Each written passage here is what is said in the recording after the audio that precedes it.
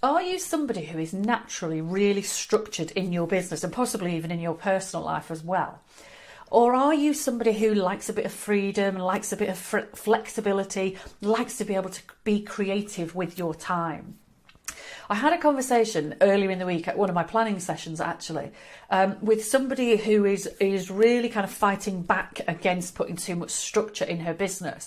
And it's a very familiar conversation that I've had with a number of customers over the years, because I think for many of us, we left the corporate world or left a job because we hated that whole element of being told what to do and, you know, having to be at a set place at a set time and doing exactly what other people tell you to do.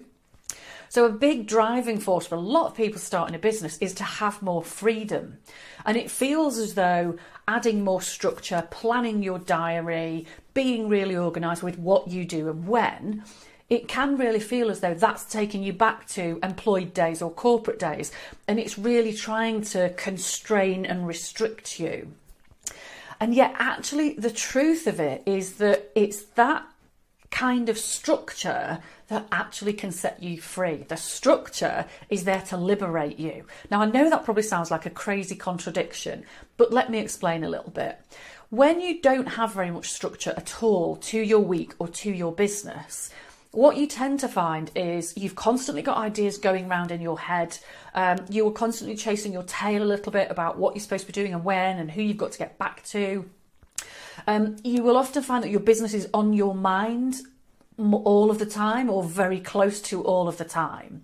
And you're likely to not feel as though you're brilliantly productive because you're regularly doing that whole thing of what am I supposed to be doing? Who have I got to be dealing with? Which clients have I promised work to? And you end up, you know, jumping around that little bit. And because you haven't got a clear enough plan, you will probably find that you actually get a lot less done.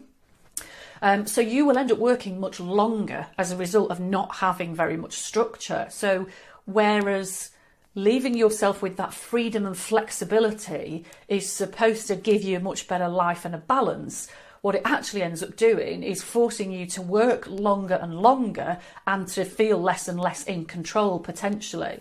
Whereas when you add some more structure to your week, and it doesn't mean for a second that you should plan in every minute of every day, it's not that at all.